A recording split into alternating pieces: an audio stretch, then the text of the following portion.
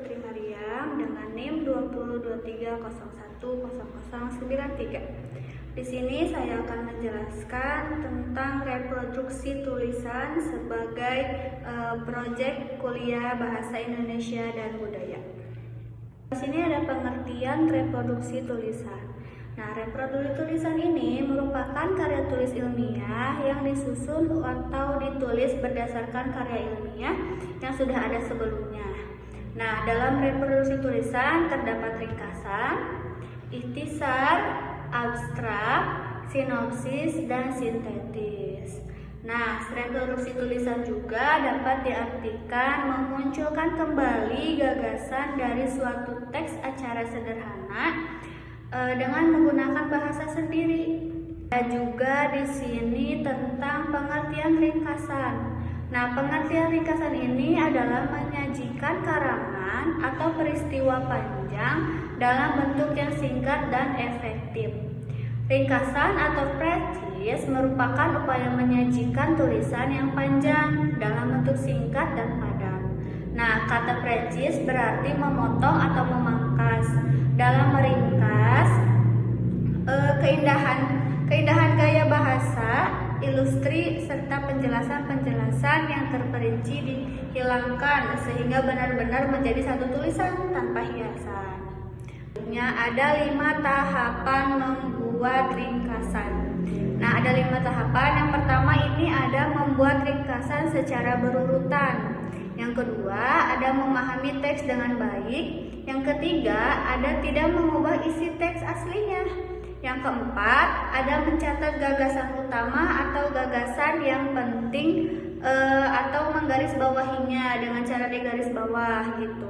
Nah, terus yang terakhir ada pesan secara implisit dalam teks aslinya harus mampu disampaikan dengan baik. Terus ada pengertian ikhtisar dan ciri-cirinya. Nah, pengertiannya itu ada ikhtisar adalah suatu bentuk karya tulis yang menyederhanakan teks aslinya. Hal yang membedakan antara ringkasan dengan ikhtisar adalah tidak adanya alur teks aslinya seperti pada ringkasan. Nah, terus ada ciri-cirinya. Ciri-cirinya itu ada 3. Yang pertama ada tidak mempertahankan urutan gagasan. Nah, yang kedua ada bebas mengkombinasikan kata-kata asal tidak menyimpang dari inti gitu, sesuai dengan teksnya. Nah, yang ketiga ada tujuannya untuk mengambil inti. Tahap-tahap menyusun ikhtisar. Nah, di dalam ikhtisar juga ada tahap-tahapnya, itu ada 6. Yang pertama ada menetapkan gagasan yang dibutuhkan. Nah, yang kedua ada membaca dengan cermat apa relevansi gagasan yang diperlukan dengan konteks tulisan. Yang ketiga ada mencatat gagasan yang penting dari sudut pandang penyusun ikhtisar dalam kata-kata sendiri. Nah, yang keempat ada menyusun rangka tulisan. Yang kelima ada mengecek kembali tulisan asli untuk meyakinkan bahwa semua gagasan yang penting sudah tertulis. Yang keenam itu ada mengoreksi kesalahan bahasa dan kesalahan cetak gitu. Ini ada pengertian abstrak dan unsur-unsur abstrak. Nah, pengertiannya apa sih? Pengertiannya itu adalah abstrak merupakan bentuk penyajian singkat sebuah laporan atau dokumen yang ditulis secara teknis, secara teliti, tanpa kritik atau penafsiran penulisan abstrak. Nah, abstrak juga dapat didefinisikan sebagai pernyataan singkat tapi akurat dari isi laporan atau dokumen tanpa menambahkan tafsiran atau kritik dan tanpa membedakan untuk siapa abstrak tersebut dibuat. Nah, unsur-unsur abstraknya itu ada 4. Yang pertama adalah latar belakang masalah penelitian harus dibuat di awal penulisan abstrak. Yang kedua, ada metodologi yang digunakan dalam penelitian. Yang ketiga, ada hasil penelitian. Yang terakhir, ada kata kunci abstrak minimal 3 kata. Nah, terus ada juga jenis-jenis abstrak. Jenis-jenis abstrak itu ada 2. Yang pertama, ada abstrak informatif. Contohnya makalah atau artikel, laporan, dan tesis. Yang kedua, ada abstrak deskriptif. Nah, contohnya itu seperti dokumen, diskusi, tujuan literatur, dan esai.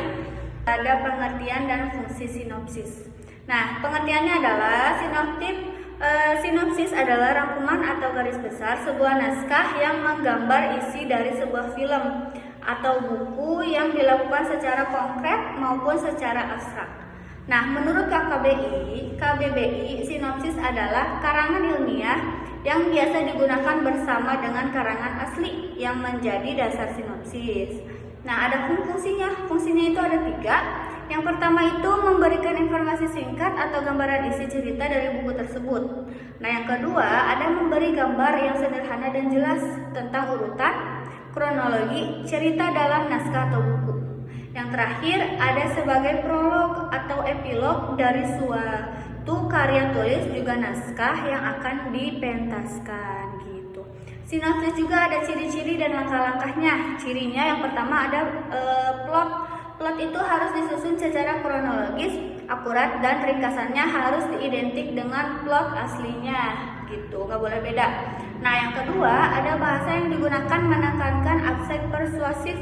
Yang ketiga ada menampilkan konflik yang menarik secara singkat. Yang keempat ada membuat calon pembaca menjadi penasaran. Nah, ini ada langkah-langkahnya. Yang pertama itu ada menuliskan identitas buku. Yang kedua, membaca buku secara keseluruhan. Yang ketiga, ada menuliskan sinopsis buku. Nah, ada juga di sini pengertian dan fungsi sintetis. Apa itu pengertian dan fungsi sintetis? Pengertiannya yaitu sintetis adalah kegiatan merangkum berbagai pengertian atau pendapat dari dua atau banyaknya pernyataan untuk dihasilkan tulisan baru yang sesuai dengan kebutuhan penulis. Nah, sintetis melibatkan kegiatan menganalisis perbedaan, pertentangan, persamaan, dan klasifikasi divisi dari beberapa sumber bacaan. Nah, kalau fungsinya itu ada 2. Yang pertama ada sebagai pendapat, sebagai gagasan atau ide baru yang diberikan penulis untuk memecahkan masalah yang ditemukan. Nah, yang keduanya itu ada sebagai inti dari suatu karya ilmiah, sehingga penulis tidak hanya mengumpulkan berbagai informasi yang berasal dari berbagai sumber rujukan. Nah, sintetis juga ada syarat-syarat dan cara menyusun, syarat-syarat dan menyusun sintetis.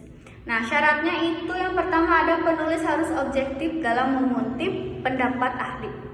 Yang kedua, penulis harus kritis terhadap sumber rujukan. Yang ketiga, penulis dapat membentuk dan mempertajamkan sudut pandangnya. Yang keempat, penulis harus mencari kaitan antara sumber dan rujukan. Nah, yang terakhir ada penulis mencari bagian dari sumber rujukan yang sesuai dengan kebutuhan karya ilmiahnya. Nah, itu syarat-syaratnya. Kalau ciri-cirinya itu ada 6. Yang pertama ada tetapkan topik yang hendak ditulis. Yang kedua, bacalah sumber bacaan yang mengandung topik yang sama guna keperluannya. Nah, yang ketiga, ada lihatlah hubungan antar bacaan. Yang keempat, amati perbedaan dan persamaan di antara sumber-sumber itu. Yang kelima, ada pilihlah bagian yang akan dikutip lalu simpulkan. Yang terakhir itu ada jangan lupa cantumkan sumber kutipannya, itu paling penting. Nah, mungkin segitu dari saya. Ada kesimpulannya yaitu reproduksi tulisan terdiri dari banyak jenis. Di antaranya ada ringkasan, ikhtisar, abstrak, sinopsis, sintetis, dan resensi. Nah, ringkasan artinya memangkas sebuah tulisan menjadi sebuah bacaan yang terdiri dari intisari tulisan tersebut dengan mempertahankan pendapat dan struktur dari sang penulis asli. Kalau ikhtisar merupakan penulisan gagasan pokok dari suatu masalah atau tulisan yang disampaikan dengan bahasa sendiri dan tidak perlu sesuai dengan sistematika pada tulisan asli, namun tetap tidak menambahkan hal baru. Nah, kalau abstrak itu adalah tulisan yang terletak di awal sebuah karya tulis yang bertujuan untuk menginformasikan pembaca mengenai garis besar topik yang dibicarakan dalam karya tulis tersebut. Nah, adapun abstrak terdiri dari 2 macam, yaitu ada abstrak inovatif dan abstrak deskriptif. Nah, sinopsis dalam bentuk ringkasan dari suatu buku yang bertujuan untuk menarik orang lain agar membaca atau membeli buku tersebut. Nah, sintetis juga merupakan ringkasan dari beberapa pendapat yang diambil dan kemudian dihubungkan untuk menjadi sebuah pendapat yang baru. Nah, kalau resensi itu kelebihan dan kekurangannya kepada publik. Nah, cara penyusun Cara penyusunannya, jenis-jenis reproduksi tulisan tergantung pada apa yang ingin diringkas dan tujuannya tersebut. Nah, segitu mungkin dari saya tentang reproduksi tulisan. Nah, mohon maaf bila ada kata yang kurang dari saya. Wabillahi taufiq wal hidayah. Wassalamualaikum warahmatullahi wabarakatuh.